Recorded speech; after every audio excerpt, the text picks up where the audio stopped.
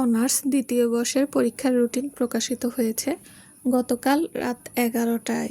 এদিকে উর্মির পড়াশোনার অবস্থা থই বচ। এত সব ঝামেলার মাঝেও যে এখনও টিকে আছে সেটাই অনেক। তবে পরীক্ষা এখন একদম ঘাড়ের ওপর। নিজের পড়ালেখা আর টিউশন সব মিলিয়ে ওর প্রাণ ওষ্ঠাগত। এবারের পরীক্ষা দেওয়ার মতো মানসিক অবস্থাও ওর একটুও নেই, কিন্তু উপায়ও নেই, কারণ একটা বছর পিছিয়ে যাওয়া কোনোভাবেই সম্ভব নয়। বরং যত দ্রুত সম্ভব পড়াশোনা শেষ করে একটা ভালো চাকরিতে জোগাড় করতে হবে ওকে। সিলেবাসের অধিকাংশ বিষয়ই ওর কাছে নতুন, তাই পরীক্ষার আগে কিভাবে সব শেষ করবে সেই চিন্তায় ওর নাভিশ্বাস উঠছে।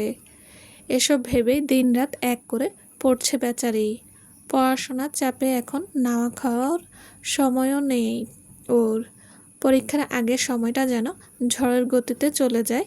এই তো সেদিন পরীক্ষার রুটিন প্রকাশিত হলো। দেখতে দেখতে 2 মাস পার হয়ে গেছে। উর্মির 7টি বিষয়ের মধ্যে ইতিমধ্যে 2টি পরীক্ষা শেষও হয়ে গেছে। বিকেল 5টায় পরীক্ষা শেষ হতেই ক্লান্ত শরীরে উর্মি বেরিয়ে এলো পরীক্ষা কেন্দ্র থেকে। বাইরে পরীক্ষার্থীদের উপচে পড়া ভিড়, সবার নিজ গন্তব্য ফেরার তাড়া। হালকা শীতের আমেজ জানান দিচ্ছে অক্টোবর মাস চলে এসেছে। শত শত পরীক্ষার্থীর পদচারণা, ব্যস্ত রাস্তা, গাড়ির হর্ন আর মানুষের কোলাহলে কান পাতা দায়। ক্লান্তিতে উর্মির শরীর এলিয়ে আসছে। কোনো মতে একটা রিক্সা ধরে বাড়ি ফিরতে পারলেই বাঁচে ও। মিনিট কয়েক হাঁটার পর অবশেষে একটা রিক্সা পায়। রিক্সাওয়ালা মামাকে বাড়ির ঠিকানা বলে ক্লান্ত শরীরটা এলিয়ে দেয় হুড়তোলা রিক্সায়। হঠাৎ বাজারের কথা মনে পড়ায় হুড়মুড়িয়ে সোজা হয়ে বসে উর্মি। ইস, বাড়িতে কোনো সবজি নেই, আজ বাজার না গেলেই নয়। গরুর হাটের মতো ভিড় ঠেলে সওদা করার কথা ভেবেই ওর এখন রীতিমতো কান্না পাচ্ছে, কিন্তু উপায় নেই, বাজারে যেতেই হবে। অগত্যা উর্মি রিক্সা ঘোরাতে বলে বাজারের দিকে। প্রায় 40 মিনিট চরকির মতো ঘুরে ঘুরে নিজের প্রয়োজনীয় কেনাকাটা শেষ করে। এবার বাড়ি ফিরতে পারলেই বাঁচে ও। রাস্তার অপর পাশে রিক্সা স্ট্যান্ড। উর্মি ব্যস্ত রাস্তার 2 পাশে সচেতনভাবে চোখ বুলিয়ে দ্রুত পায়ে সামনের দিকে এগিয়ে যায়। রাস্তা পার হয়ে স্বস্তির নিঃশ্বাস ফেলে উর্মি। সামনে থাকা রিক্সাওয়ালা মামাকে ডাকবে, ঠিক তখনই কানে আসে বিদ্রুপোদ্যক কিছু কথা। মেয়ে মানুষের সুবেশে যখন শরীরে চর্বি বেশি হয়ে যায়, তখনই সেই তেল কমানোর জন্য রাস্তায় নামে। স্বামীর ঘর তো আবার সবার ভালো লাগে না। বেটা ছেলেদের গা ঘেঁষে বাজার না করলে কি আর এই যুগে কেউ স্বাবলম্বী মেয়ে হতে পারে? পেছন থেকে আসা নোংরা কথাগুলো শুনে উর্মির ব্যস্ত পা জোড়া স্থির হয়ে যায়। ঘাড় ফেরাতেই দেখা মেলে এক নর্দমার কীটের সুদর্শন মুখশ্রী। এই মুখ কতদিন পর দেখল উর্মি? 3.5 মাস। হ্যাঁ, আজ থেকে ঠিক 3 মাস 17 দিন আগে শেষবার দেখেছিল উর্মি এই খুনির মুখ। এখনো সময় আছে, তুমি চাইলে ফিরে আসতে পারো। আমি না হয় আবার তোমাকে দ্বিতীয় স্ত্রী হিসেবে গ্রহণ করব। উর্মির মাথাটা যেন দপ করে জ্বলে উঠল। মনে হচ্ছে পুরো শরীর জুড়ে কেউ ব্লেড দিয়ে চিরে তাতে খুব যত্ন নিয়ে লবণ আর ঝালের গুঁড়ো মাখিয়ে দিয়েছে। রাগে ক্ষোভে কাঁপছে ওর নাজুক শরীরটা। উর্মি কিছু বলতে যাবে, তার আগেই ঝড়ের গতিতে কেউ একজন রনির বুকে আশ্রে পড়ল। উর্মির দিকে এক পলক টেরা চোখে তাকিয়ে ভরা বাজারে রনির বুকে আরও সেটে গিয়ে নেকা আহ্লাদে স্বরে বলল, কোথায় চলে গিয়েছিলে তুমি? জানো আমি কত ভয় পেয়েছিলাম। আমাকে একা ছেড়ে আসতে পারলে? এত নিষ্ঠুর তুমি। শেষের কথাটুকু বলতে বলতেই কুমিরের মতো ঢঙের কান্না কেঁদে উঠল। জমেলা। রনি একবার আশপাশ তাকিয়ে নির্লজ্জের মতো ঠোঁট টিপে হাসল। জামালার মাথায় হাত বুলিয়ে নরম কোমল গলায় বলল, আমি তো তোমার কাছেই আছি জান্নাত সোনা। ভয় পেয়েছ বুঝি? তোমার উর্মি আপুর সাথে দেখা হলো আজ এতদিন পর। তার অসহায় মুখটা দেখে মায়া লাগলো আমার, তাই একটু এগিয়ে এসে কথা বললাম। সরি সোনা, তোমায় না বলে দূরে আসার জন্য। উর্মির জ্যান্ত জ্বালিয়ে দিতে ইচ্ছে করছে এই দুটো বিশ্বাসের ঢং দেখে। মানুষরূপী পশুগুলো কত বড় শয়তান হতে পারে তা দেখে অবাক হচ্ছে ও। হাতে থাকা বাজারের ব্যাগ আর পরীক্ষার ফাইলটা শক্ত করে আঁকড়ে ধরে দাঁতে দাঁত পিষে বলে, আমার থেকে 100 হাতে দূরে থাকবি তোরা জানোয়ার। আর একবার যদি তোদেরকে আমার আশেপাশে এসব ঢং করতে দেখি তবে জ্যান্ত কবর দেব তোদের দুজনকে। উর্মির কথা শুনে চোয়াল শক্ত হয়ে আসে রনির। রাগান্বিত কণ্ঠে বলে, তোমার এই অতিরিক্ত তেজের জন্যই সংসার করতে পারোনি তুমি। ডিভোর্সি হওয়ার পরও তোমার এই তেজ কমেনি। আমার মনে হয় না আরও 100 পুরুষ ধরলেও তোমার সংসার টিকবে। তোর মতো চরিত্রহীন, লম্পট, অমানুষ জানোয়ারের সাথে সংসার করার থেকে সারা জীবন একা থাকা ঢের ভালো আমার জন্য। উচ্চস্বরে চিল্লিয়ে বলে ওঠে উর্মি। ও চিল্লানিতে শুনে আশেপাশের কয়েকজন বাঁকা চোখে তাকায় ওদের দিকে। রনির সেদিকে বিন্দুমাত্র খেয়াল নেই। ওর মান সম্মান সহ পুরো জীবন নষ্ট করার পরেও উর্মির এমন তেজ দেখে রাগে হিতে জ্ঞান হারালো ও। বুকের সাথে লেপ্টে থাকা জমিলাকে এক হাতে সরিয়ে উর্মির দিকে কয়েক পা এগিয়ে এসে কর্কশ গলায় বলল, তুই খুব ভালো করে জানিস আমি এই জমিলা আর তুই ছাড়া আর কোনো মেয়ের সাথে খারাপ সম্পর্ক করিনি কখনো। তুই এসব জানার পর তোর কাছে 1000 বার ক্ষমা চেয়েছি আমি। কি করিনি আমি? আমাদের সম্পর্ক বাঁচাতে তোর পায়ে পর্যন্ত পড়েছি। আর কি এমন অন্যায় করে ফেলেছি আমি? 2 বছর আমার ঘাম ঝরিয়েছি, ইনকাম করা টাকায় জামিলার ভরণ পোষণ দিয়েছি, নিজের বাড়িতে থাকতে দিয়েছি। তাহলে আমি যদি নিজের চাহিদা মেটাতে ওকে কিছু সময়ের জন্য ব্যবহার করে ও থাকি, তাতে কি এমন মহাভারত অশুদ্ধ হয়ে গেছে? তাও আমি তোর পায়ে ধরে ক্ষমা চেয়েছি। তোর জন্য সব ছেড়ে দেব বলেছি, কিন্তু তুই কি করলি? তেজ দেখিয়ে আমার থেকে তালাক নিয়ে কাজের মেয়ের সাথে আবার বিয়ে দিলি ওই মাঝরাতে। রনির শেষের কথা শুনে জমেলার মুখে রাগে ক্ষোভে থমথমে হয়ে গেল। তবুও নিজের রাগ দমিয়ে রনির বাঁ হাতটা আঁকড়ে ধরে গায়ের সাথে গা ঘেঁষে দাঁড়ায় ও। উর্মি 3 মাস 17 দিন আগে নিজের নেওয়া সিদ্ধান্তের জন্য আজ পুনরায় নিজেকে বাহবা দিল। এই লম্পট জানোয়ার শুধু বাড়ির কাজের মেয়ের সাথে পরক্রিয়া করে উর্মির উপর অনেক বড় এহসান করেছে মনে করেছে। মানে অবস্থাটা এমন, ওই চরিত্রহীন অমানুষ শুধুমাত্র একজনের সাথে পরক্রিয়া করেছে, অনেকজনের সাথে নয়। এজন্য উর্মির উচিত স্বামীর এহেন মহৎ কর্মের জন্য তাকে ক্ষমা করে মাথায় তুলে রাখা। উর্মির শরীরের রক্ত যেন টকবক করে ফুটছে, রাগে গা হাত পা জ্বলে যাচ্ছে। আর কিছু ভাবতে পারছে না। এক পলক রনির বাহু আঁকড়ে ধরা জামেলার হাত দেখে রনির চোখে চোখ রেখে বলল, আমার থেকে যথাসম্ভব দূরে থাকবি তোরা জানোয়ার। তোর এই জঘন্য বস্তা পেঁচা যুক্তিতর্ক তোর ঘরের বউ নামক পিচাসিকে শোনাস। আর একবার যদি আমার সামনে তোদের দুজনের মধ্যে কেউ সব ঢং দেখাতে আসিস, তবে আমার জুতা আর তোদের মুখ কুলাঙ্গার, একটা জুতার বাড়িও নিচে পড়বে না বলে রাখলাম। যত সব কাপুরুষ, লম্পট, অমানুষের জাত। উর্মি নিজের কথা শেষ করে আর 1 মিনিটও দাঁড়ায় না।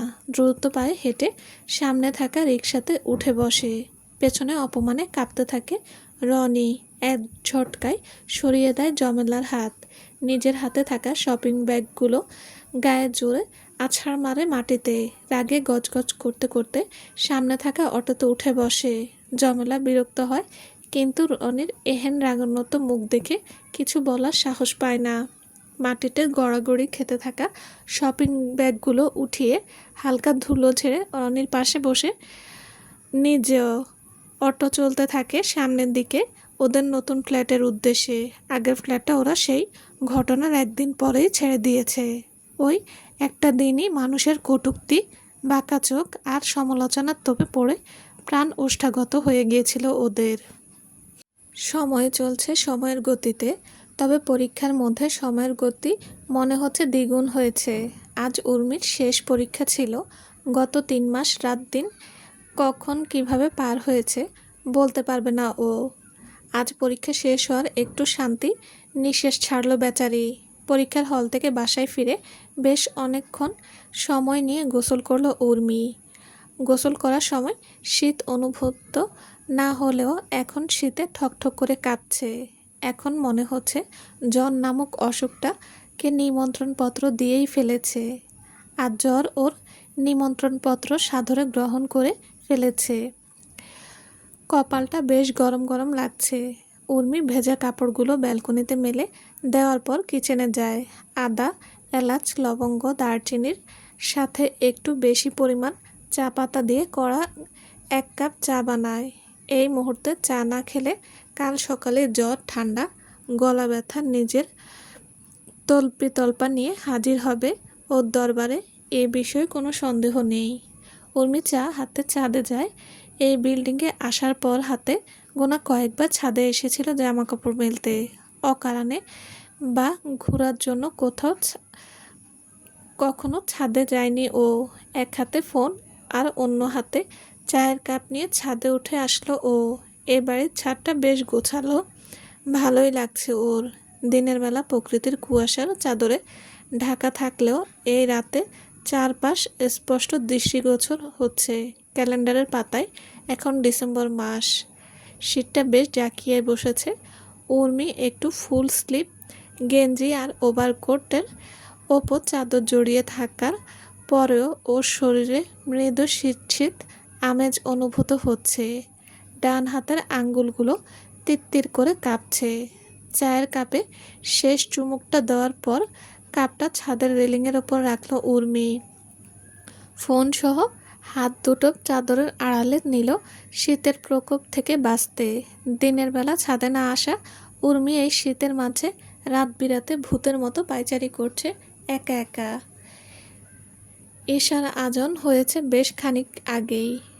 ওর নামাজ না থাকায় রিল্যাক্সে ঘুরছে এখনও। আকাশে একটা অর্ধবৃত্ত বাঁকা চাঁদ। উর্মি এক ধ্যানে মগ্ন, আকাশের বুকে জ্বলজ্বল করে জ্বলতে থাকা সেই বাঁকা চাঁদের সৌন্দর্যে। বা হাতের মুঠোয় কাঁপতে থাকা ফোনের রিংটং শুনে ধ্যান ভাঙল ওর। ডিসপ্লেতে ভেসে উঠেছে একটি অপরিচিত নম্বর। অসময়ে কে তাকে কল করতে পারে সেটা ভেবে কুলকিনারা পাচ্ছে না ও। খানিকটা দ্বিধাদ্বন্দ্ব নিয়ে অবশেষে কলটি রিসিভ করে কানে ধরল উর্মি। নিজে হ্যালো বলার আগেই ফোনের ওপর পাশ থেকে ভেসে আসলো কিছু অশ্লীল অসভ্য গালিগালাজ। কয়েক মুহূর্তের জন্য হচকচিয়ে গেল উর্মি, তবে কিছুক্ষণ পরে বোধগম্য হলো ফোনের ওপর পাশ থাকা জানোয়ারটাকে। আর ওপর পাশের অমানুষটা কে এটা বোধগম্য হতেই মাথার ভেতরটা যেন দপ করে জ্বলে উঠল ওর। প্রচণ্ড মেজাজ খারাপ নিয়ে চিল্লিয়ে বলল, চরিত্রহীন, লম্পট, কাপুরুষ, হারামি, তুই কোন সাহসে আমায় কল দিয়েছিস? তোর সংসারের মুখে লাথি মেরে চলে এসেছি না আমি? আসার আগে তোর পীড়িতের লাঙ্গের সাথে বিয়েও তো দিয়ে এসেছি। তারপরও ভাদ্র মাসের পাগলা কুত্তার মতো আমার পিছু পড়ে আসিস কোন লজ্জায়? অসভ্য হারামি কোথাকার। উর্মির কথা শুনে ফোনের ওপাশে থাকা রনির মাথায় মনে হচ্ছে কেউ আগুন জ্বালিয়ে দিয়েছে। আবারও কিছু বৃষ্টি গালিগালাজ করে তিতকুটে গলায় বলল, তুই ডিভোর্স দিয়েছিস তোর লাঙ্গের জন্য। এটা স্বীকার না করে তুই আমার ওপর এক পাক্ষিক দোষ চাপিয়েছিস কোন লজ্জায়, বেশ্যা মা? আর তুই আমাকে শান্তিতে থাকতে দিয়েছিস যে আমি তোকে শান্তিতে থাকতে দেবো? তুই ডিভোর্সের পরেও 70 রকম কেস দিয়ে আমার কোর্টে 1000 বার চক্কর দিতে বাধ্য করেছিস। আমার এতদিনের সুনাম, সম্মান সব কিছু তুই ধুলোয় মিশিয়ে দিয়েছিস। নরক বানিয়ে দিয়েছিস আমার জীবনটা সামান্য একটা ভুলের জোরে। উর্মি এবার রাগ সামলাতে না পারে এক হাতে খামচে ধরে নিজের মাথার চুল, অন্য হাতে ফোনটা মুখের সামনে ধরে জ্বলন্ত গলায় বলল, জানোয়ারের আবার মান সম্মান? আরে অমানুষ, তুই নিজের কুকর্ম লোকচক্ষুর আড়ালে করার জন্য যখন নিজের অনাগত সন্তানকে খুন করেছিলি তখন কোথায় ছিল তোর বিবেকবোধ? চরিত্রহীন অমানুষেরা সবাইকে নিজের মতো মনে করে। নিজে তো 12 ভাতারি হারামি সুর তাই আমার মধ্যে নিজের ছায়ায় দেখছিস অমানুষ। আর একবার আমাকে কল দিলে, আগের বার তো কোর্টে চক্কর দিতে বাধ্য করেছিলাম, এইবার একদম ফাঁসিতে লটকানোর ব্যবস্থা করব তোকে, জানোয়ার। রনির এসব কথা সহ্য হয় না। নিজের দোষও চোখে পড়ছে না ওর। হ্যাঁ, ভুল কিছুটা ছিল ওর, তাই বলে ওর সুখ শান্তি পরিপূর্ণ জীবনটা এভাবে জাহান্নাম বানিয়ে দেবে এ বেশ্যা। আর এই আরও কখনো নিজের সন্তানকে খুন করেনি, বরং ওদের দুজনের ডিভোর্সের 5 মাস আগে জমেলা হিংসা আর ক্রোধের বশবর্তী হয়ে উর্মির খাবারে অ্যাবর্শনের ওষুধ মিশিয়ে দিয়েছিল, যার কারণে উর্মির 3 মাসের বাচ্চা নষ্ট হয়ে যায়। রনি যখন পুরো ঘটনা জানতে পারে তখন সব কিছু শেষ, ওর হাতে আর কিছু ছিল না। থাকলেও বুঝি মরতে দিত নিজের বাচ্চাটাকে। জমলাকে এটা নিয়ে ধরলে জমলা ওদের অনৈতিক সম্পর্ক সবার সামনে ফাঁস করার হুমকি দেয়। আর সব তো শেষ হয়েই গিয়েছিল। তখন জমলাকে শাস্তি দিলেই তো আর বাচ্চাটা বেঁচে যেত না। তাই রনি ডাক্তারসহ আরও কয়েকজনকে টাকা খাইয়ে তাদের মুখ বন্ধ করে। সেই সাথে এই সত্য যেন কোনোদিন উর্মি জানতে না পারে, তার জন্য পাকাপোক্ত ব্যবস্থা করে ও। উর্মি জানতো এই ওর জ্বর আর অ্যাসিডিটির মেডিসিন খাওয়ার জন্য ওর বাচ্চাটা দুনিয়ায় আসার আগেই আল্লাহ তাআলার মেহমান হয়ে গেছে। নিজের অসাবধানতার কারণে ওর সন্তান পৃথিবীর আলো দেখতে পারেনি। এটা ভেবে কত রাজ্যে ও পাগলের মতো কান্না করে কাটিয়েছে তার ইয়াত্তে নেই। বোকা উর্মি কোনো দোষ না করেও 6টা মাস সন্তান হত্যার দায় বয়ে বেরিয়েছে। নিজেকে হাজার রকম শাস্তি দিয়েছে সেই অন্যায়ের জন্য, যাও কখনো করেনি। রনির সাথে ডিভোর্সের প্রায় মাসখানেক পর ওর প্রাক্তন শাশুড়ি মেসেজ করে প্রথমবার জানাতে পারে ও এই ভয়ঙ্কর কদর্য সত্যি সম্পর্কে। তবে ততদিনে অনেক দেরি হয়ে গেছে। রহিমা খাতুন মারা যায় উর্মি আর রনির ডিভোর্সের 17 দিনের মাথায়।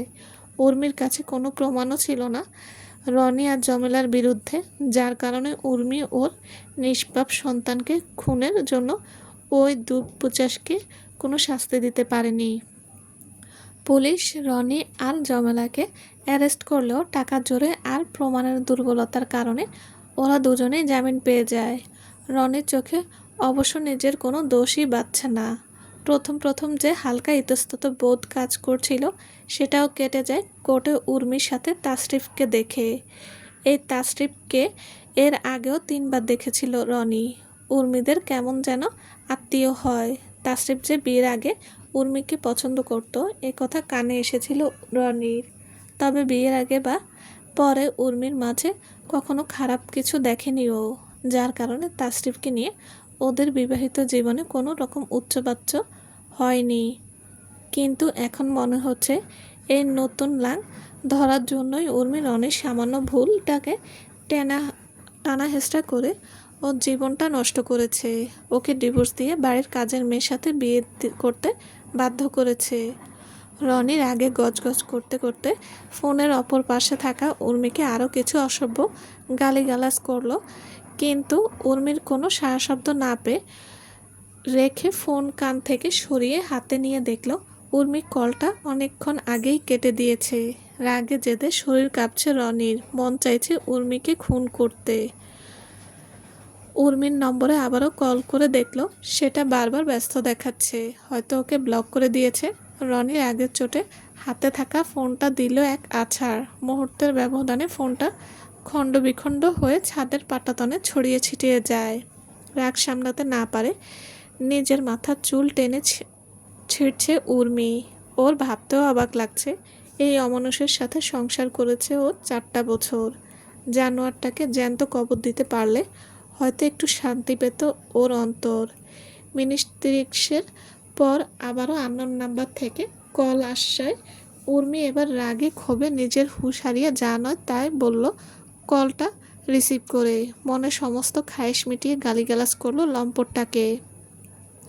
একটানা এতক্ষণ কথা বলায় হাঁপাচ্ছে উর্মি, গলা শুকিয়ে কাঠ হয়ে গেছে, প্রচণ্ড পিপাসায় হাঁসফাঁস করছে ও। তবে ওপাশ থেকে স্বল্প পরিচিত অথচ মধুর কণ্ঠস্বর শুনে হচকচিয়ে গেল উর্মি। ফোনের ডিসপ্লেতে ভাসতে থাকা নম্বরটির উপর আরও একবার চোখ বুলালো ও। শেষে 3টি সংখ্যা 956, এটা তো সেই নম্বর যা থেকে তাসরিফ বেশ কয়েকবার কল করেছিল। নম্বরটা ওর ফোনে সেভ করা ছিল না, আর এই অসময়ে ওই কুলঙ্গার ছাড়া আর কারো কথা মাথায় আসেনি বলে নম্বরটা একবার ভালো করে দেখার প্রয়োজনও বোধ করেনি। Hello Urmi, can you hear me? Hello, are you okay? Anything wrong? তাসরিফের কণ্ঠস্বর শুনে আবারও হাসপাস করে উঠল ও। এতক্ষণ ধরে ওর করা অস্বাভাবিক আচরণ নিয়ে প্রশ্ন ওঠা খুবই স্বাভাবিক, কিন্তু নিজের জমাটবদ্ধ দুঃখের কথা কাউকে জানানোর বিন্দুমাত্র ইচ্ছে উর্মির নেই। নিজের ভাগের সবটুকু কষ্ট ও একাই ভোগ করতে চায়। ওর কষ্টের বিন্দুমাত্র অংশ ও কাউকে ভাগ দিতে রাজি নয়। আল্লাহ তাআলা ওর জীবনে আর কত কষ্ট লিখে রেখেছে তাই এখন দেখতে চায় সে। হ্যালো উর্মি, জি শুনতে পাচ্ছি। কোনো সমস্যা হয়েছে? একজন নাম্বার থেকে ডিস্টার্ব করছিল, আপনি কল দিলে আমি নাম্বার খেয়াল করিনি, সরি। আমার নাম্বারটা এতদিনও সেভ করনি? কিছু বলছিলেন আপনি? এত রাতে কল দিলেন যে? উর্মির কথা ঘোরানো দেখে তাসরিফের বুঝতে বাকি রইল না যে উর্মি নিজের কোনো কিছুই তার সাথে শেয়ার করতে রাজি নয়। তাসরিফ একটা দীর্ঘশ্বাস ফেলে বলল, তাহিয়ার বিয়ের সামনের শুক্রবারে। তোমাদের সবাইকে সপরিবারে দাওয়াত দিয়েছে বাবা। তারপরও তাহিয়া তোমাকে পার্সোনালি কল দেওয়ার জন্য ঘ্যান ঘ্যান করছিল। এই নাও, কথা বলো ওর সাথে। উর্মির অস্বস্তি এবার আরও গাঢ় হয়। তাহিয়াও শুনছে তাহলে কিছুক্ষণ আগে উর্মির রনির উদ্দেশ্যে বলা সেই কদর্য কথাগুলো। হ্যালো উর্মি আপু, আমি তাহিয়া বলছি। কেমন আছো তুমি? প্রফুল্ল চিত্তে বলল তাহিয়া। আলহামদুলিল্লাহ ভালো, তুমি কেমন আছো? আলহামদুলিল্লাহ আমিও ভালো আছি। তোমাকে কিন্তু কালকে আসতেই হবে। বিয়ের আর মাত্র 3 দিন বাকি আছে। এই 3 দিনে হলুদ সহ অন্যান্য অনুষ্ঠানগুলো অল্প পরিসরে করা হবে। তুমি আজ রাতেই ব্যাগ গুছিয়ে রাখো, কাল সকাল সকাল চলে আসবে। উর্মি ভেবেছিল বিয়েতেই যাবে না, সেখানে বিয়ের 3 দিন আগে যাওয়া তো অসম্ভব।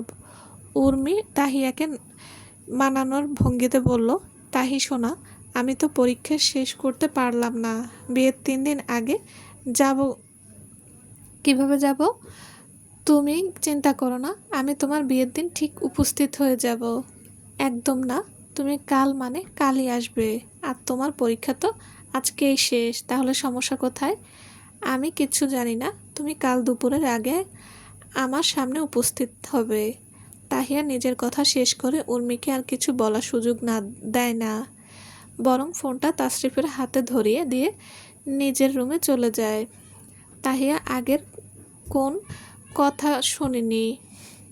তোমার সাথে কথা বলার কয়েক মুহূর্ত আগে আমার ঘরে এসেছিল ও, শান্ত শীতল কণ্ঠে বলল তাসরিফ। উর্মি তাসরিফের কথা শুনে স্বস্তির নিঃশ্বাস ফেলে। তাহিয়া আগের কথাগুলো শুনেনি। উর্মি ওর সামনে জীবনেও অস্বস্তি ছাড়া দাঁড়াতে পারত না। তাসরিফ চাইছিল আরও কিছুক্ষণ কথা বলতে উর্মির সাথে, কিন্তু উর্মির এমন নির্লিপ্ততা দেখে তাসরিফ বলল, আচ্ছা ফোন রাখছি তাহলে, আল্লাহ হাফেজ। জি, ছোট্ট স্বরে উত্তর দিল উর্মি। তারপর কলটা টুটটুট শব্দে কেটে গেল। ফোনটা কান থেকে নামিয়ে উর্মি 2 হাতে শরীরের ভর পেছনে ছেড়ে দিয়ে আকাশপানে তাকালো।